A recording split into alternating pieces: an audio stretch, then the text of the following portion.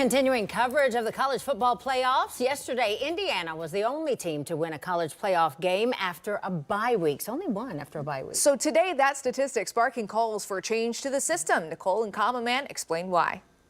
What's going on, everyone? I am Nicole Shearin, joined by the one and only Common Man, looking very studious today with his glasses on. You can hear him on Common Man and Timmy Monday through Friday. So, Mike, we've talked a lot about this loss. I want to more talk about the fact that bye teams are now 1-7, which is a crazy stat. Obviously, Indiana kicked the doors off of Bama, so they broke that streak. But something that really stood out to me was Oregon's head coach Dan Lanning was talking about the playoff format, how it needs to change. There's a lot of talk that people want the national championship to be on New Year's, and then that's it.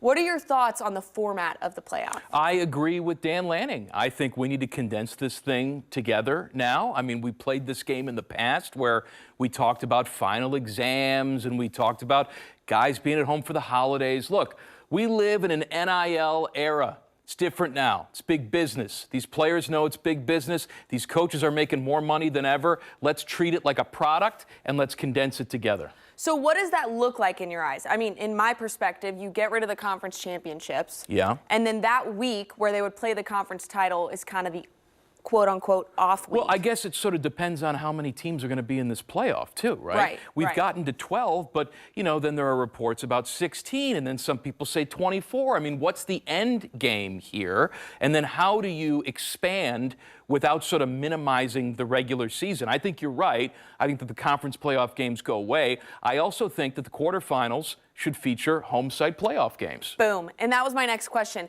I'm not really sure why people are against that, because there are some people out there that don't think that should happen, but I don't know why.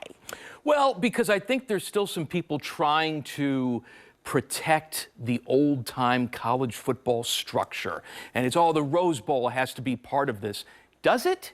The Rose Bowl will have a place somehow. But you know what? If they want to survive, they're going to have to adapt. Right. College football is changing. The Heritage Bowls have to change with it. You know how the Rose Bowl survives? Make it the national title location every single year. That's my opinion. It is the granddaddy of them all. It is the perfect location to play a national title game every year. I mean, that's the easy solution for me. They're not playing any relevant games at Cal in that stadium, right? Exactly, that's what I'm saying. So that should be the permanent home for the national championship. Yes. I like that. That's exactly my opinion. And also kind of going back to how, you know, of course the Cotton Bowl wants to host, the Sugar Bowl wants to host. Take Ohio State and Miami, for example, if it was at the Shoe. It's still run by the Cotton Bowl. It's just in Columbus. I think that's how you have kind of make that a solution. Right. And really what this comes down to, it's satisfying corporate sponsors. Right. From a business perspective, right? You're still slapping all the endorsements on there. It's still going to be the Goodyear quarterfinal bowl, whatever we want to call it, right? I mean, this is just the way it is now. We can fight it or we can embrace it. If you're going to have a playoff, have the best version of a playoff you can possibly have, not one of these halvesies things that we have now. Snaps. All right.